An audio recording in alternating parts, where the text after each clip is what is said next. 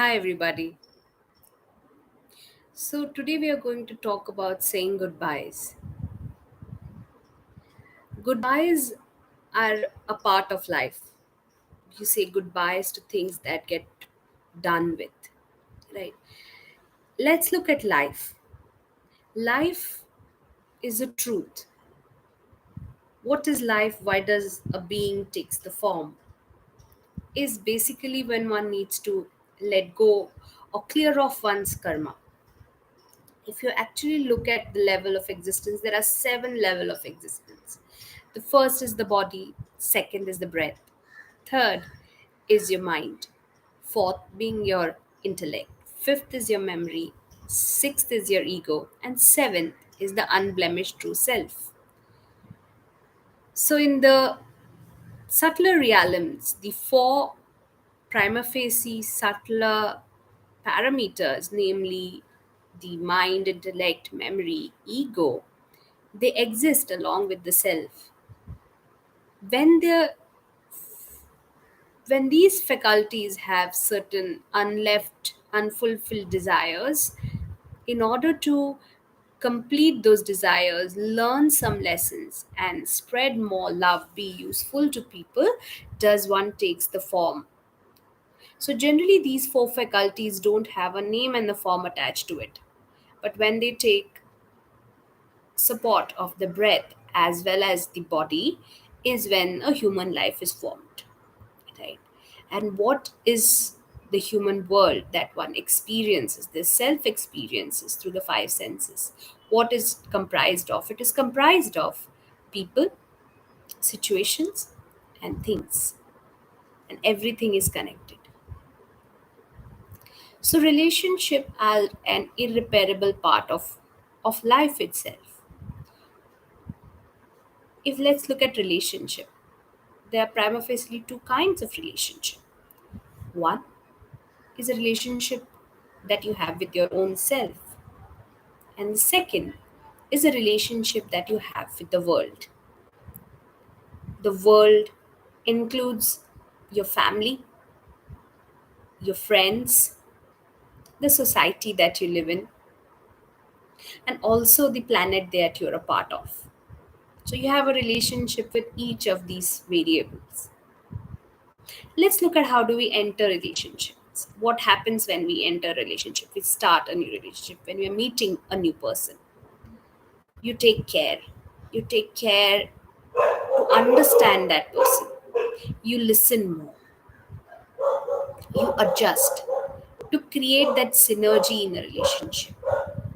A lot of times you give more. You understand other person's perspective. And that's how you build a strong foundation to a relationship. Similarly, now let's move on to look at how does one exit relationship. So karmically it is mentioned in our scriptures that one takes life in order to complete the karma. Now what is karma? Certain lessons learned and certain actions that you need to do in order to benefit the society. So there could be some people whom you meet who would be really nice to you. So know that they have something to give you, or you have to enjoy certain karma through them. Similarly, you may meet few bad people in your life. Know that something was remaining that need to be clear. Hence, you need to learn some lessons. Could be of humility, tolerance, acceptance, discipline, could be anything. So either you enjoy or you learn, right? When we exit a relationship, it is as important as you enter a relationship. Now you may ask me why. Well, everything in life is connected. It's like creating a circuit.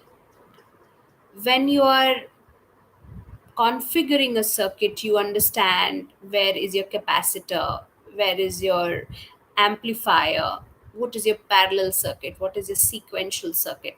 In order for the electricity to pass through and the light to glow, so in order to create that circuit, you need to know where to place what components and ensure that the connections are in place.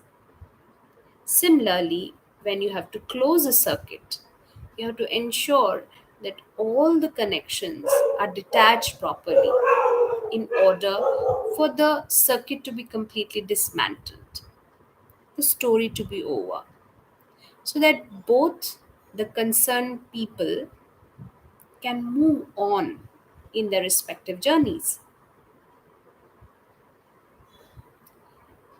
Generally, people don't, there is a new term called ghosting. People just leave. But it is very important to inform the other person about your intentions if you need to move on, to give time and space, in fact enough time and enough space to the other person for him or her to digest this information, that it's time to close this relationship, so that one doesn't harbor feelings like jealousy, hatred, greed, fear while one is closing a relationship. If you actually see, everything in this cosmos is made up of love. It's very potent and hence it binds everything. If you look at all the other emotions like fear, what is fear? Fear is losing a sense of losing control of somebody you dearly love. What is hatred? It's literally love standing upside down. What is greed and jealousy? They are basically when love ferments, it starts stinking. That's when you have greed and jealousy. So, all the negative emotions in life are nothing but distortions of love themselves. This is very beautifully explained in Narad Bhakti Sutras. So, it is very, very important on how you communicate and exit in a relationship. You know, a wise and an enlightened one will equally love people who love them and hate them as well, and takes care of the mind of each and every one who's associated with that being. Like for example, it is said that when Krishna was leaving, he knew that his time is near and now he has to leave this body. He sends his dear friend Uddhava to Radha, because until Radha stops remembering Krishna, Krishna won't be able to leave the body as a completely free being. So Uddhava practically visits down to Radha and prays to her. He's like, "Hey Radhe, can you please stop remembering Krishna so that he can go freely?" That's how potent is your thoughts when somebody remembers you. So let people remember you in a good way when you leave. When you leave this body or you leave a relationship. Otherwise, you'll always have to keep coming back. A second story that I would like to inform is one of the great sages, one of the notable ones, attains enlightenment in one of his lifetimes, and he happens to be married. So, what happens is that the wife is so dutiful and hence so powerful that when she prays to the cosmos that every lifetime, may this person be my husband. So, even though he's enlightened, and one of the qualification of enlightenment, or you can say perks of enlightenment, is you can choose to come back or no. So there is a choice, you're not bound. However, the love is so potent that the rishi keeps coming back for a couple of lifetimes, even after he is enlightened, and then he takes up the responsibility of enlightenment, of self knowledge, of self inquiry for his own wife. And Doing so takes a couple of lifetimes, and she too gets enlightenment. And that is when he truly can decide whether he wants to come back or not. So, taking the circuit example, it is very, very important to detach, to unlock all those who are connected to you so that you can move on freely. The most important relationship that one share is with one's own self. You live in this body, you live with these seven friend of yours for almost 60 to 70 years.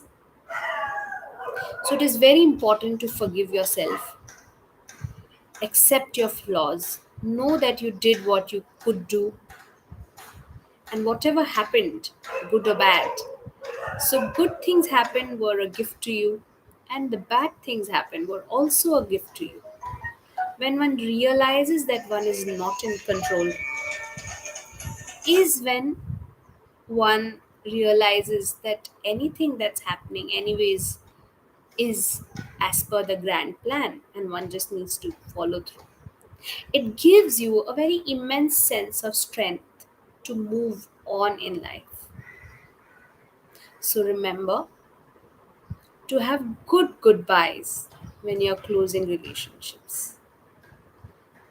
So that when people remember you, when life remembers you, may it remember you with a sense of smile, with a warmth in the heart, with some lessons that people learn from you. May your life be an example to this whole being, whole cosmos, on how should one live life very, very happily.